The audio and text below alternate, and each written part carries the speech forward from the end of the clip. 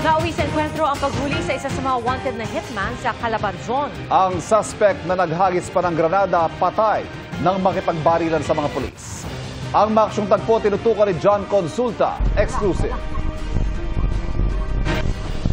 Agad pinalibutan ng Calabarzon Police ang bahay na ito sa Calamba, Laguna para isilbi ang 4 na warrant of arrest sa kanilang target na isa umanong gun for hire.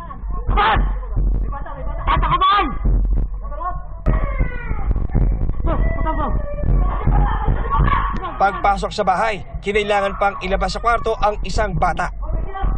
Maya-maya lang, biglang nagulat ang mga pulis nang makitang may inihagis na granada sa kanila.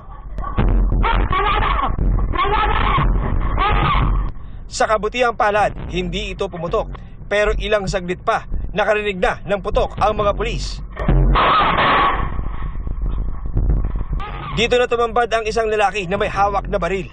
Nang maramdamang may pulis sa kanyang likod, pumunta siya sa kaliwa at pinutukan ang arresting officer.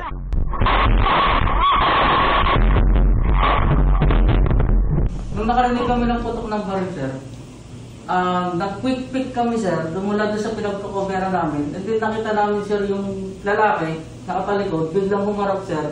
Pagharap ko sa amin, pinutukan kami, sir. Doon ako sumabay ng putok, sir. Kasi almost 3 to 5 meters lang, sir, ang pagitan namin, sir. Nung nandun kami sa ano. So talaga sobrang lapit? Yes, sir. Napakalapit, sir. Patay ang 30 anyos na lalaki na isa sa most wanted ng Region 4A dahil hitman umano ng isang criminal group na nag-ooperate sa Laguna.